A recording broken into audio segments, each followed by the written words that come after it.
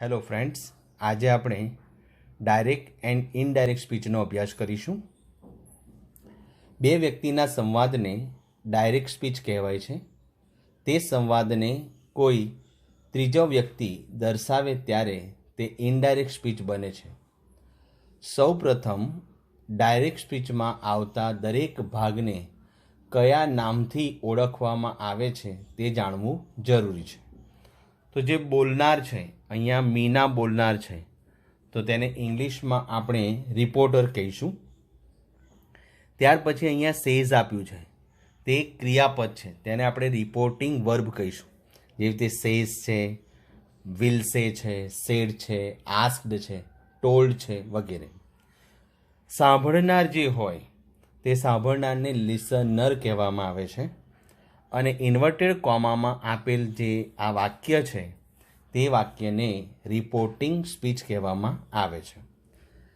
તો સૌપ્રથમ આપણે જોઈશું કે રિપોર્ટિંગ વર્બ વર્તમાનકાળ કે ભવિષ્યકાળનું હોય તો કાળમાં ફેરફાર થતો નથી. અને સનાતન વાક્ય હોય, કહેવત અને વૈજ્ઞાનિક વિધાન હોય તો તેમાં પણ ફેરફાર થતો નથી. અવતરણ ચિહ્ન કાઢી ધેટથી તે વાક્ય જોડાય છે. તો આપણે અહીંયા પહેલું વાક્ય છે તે કરીશું. Meena says comma inverted comma Panditji is a proud man. તો અહીંયા મીના, અહીંયા સેઝ આપવામાં આવ્યું છે તો આપણે સેઝ લખીશું. Meena says that. Reporting speech જે છે Panditji is a proud man, તેનું તે જ રાખીશું. Panditji is a proud man. Full stop. અવતરણ ચિહ્ન છે તે નીકળી જશે. અહીંયા જે રિપોર્ટિંગ વર્બ છે તે વર્તમાન કાળમાં આપ્યું છે, એટલે જે રિપોર્ટિંગ સ્પીચ છે તેમાં કોઈ જ ફેરફાર થશે નહીં. બીજું વાક્ય જોઈશું. સીમા સેઝ કોમા ઇન્વર્ટેડ કોમા બીના પ્લેડ વેલ. અહીંયા જે રિપોર્ટિંગ વર્બ છે તે વર્તમાન કાળમાં આપેલ છે, એટલે રિપોર્ટિંગ સ્પીચમાં કાંઈ જ ફેરફાર થશે નહીં.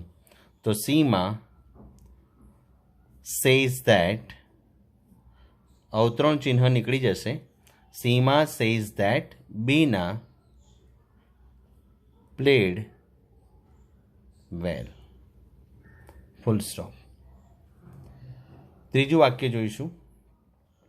સી સેઝ, અહીંયા સેઝ આપ્યું છે, ક્રિયાપદને એસ લાગ્યો છે, સાદા વર્તમાન કાળનું વાક્ય છે.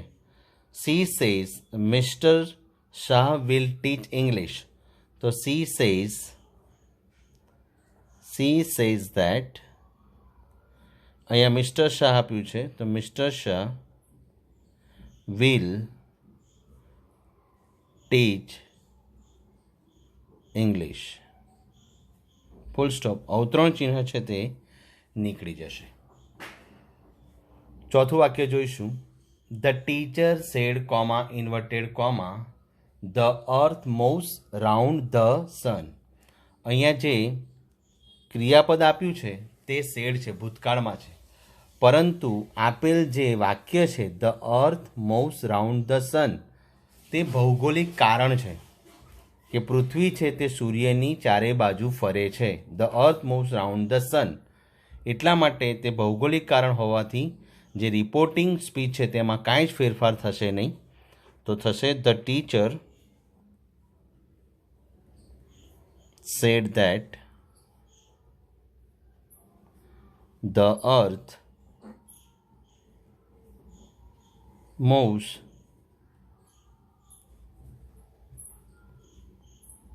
round the sun.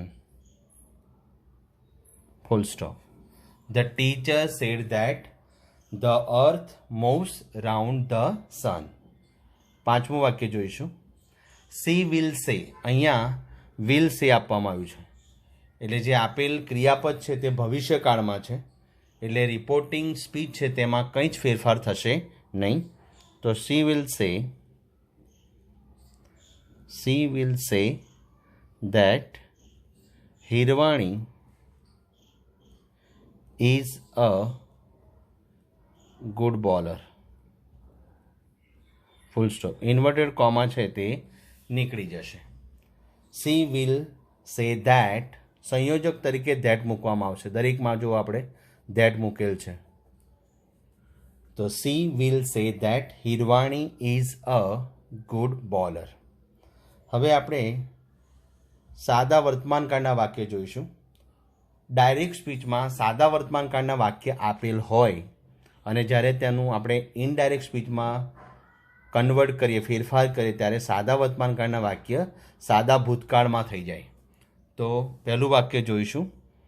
Bhavika,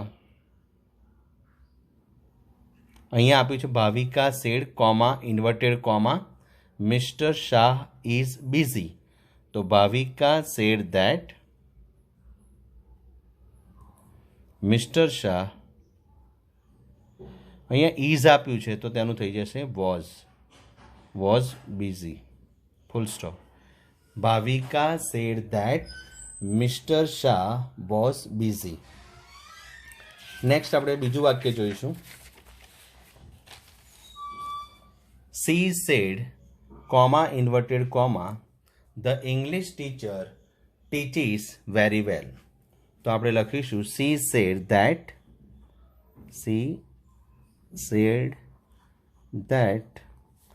the English teacher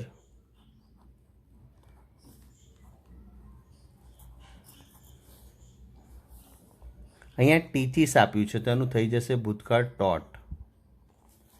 the English teacher taught very well. Full stop.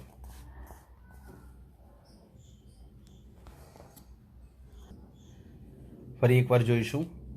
C said that the English teacher taught very well. ત્રીજું વાક્ય જોઈશું. The principal said comma inverted comma Ramji is a good peon. તો એનું આપણે indirect કરીશું. The principal said that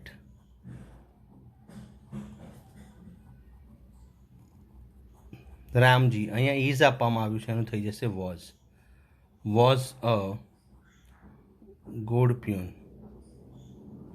full stop. Roshan said comma inverted comma Reshma wants help. તો રોશન said that Reshma, અહીંયા wants આપ્યું છે, સાદા વર્તમાનકાળનું વાક્ય છે, એનું આપણે થઈ જશે વોન્ટેડ હેલ્પ. Full stop. અહીંયા જે ઇન્વર્ટેડ કોમા છે તે નીકળી જશે. Roshan said that Reshma wanted help. પાંચમું વાક્ય જોઈશું. The girl said comma inverted comma they respect their teachers. તો અહીંયા આવશે the girls said that they, અહીંયા જે રિસ્પેક્ટ છે એનું થઈ જશે respected their teachers. Inverted comma નીકળી જશે. The girls said that they respected their teachers. તો આ રીતે આપણે સનાતન સત્ય વાક્ય, ભૌગોલિક કારણ અને સાદા વર્તમાન કાળમાંથી સાદા ભૂતકાળના વાક્ય કર્યા.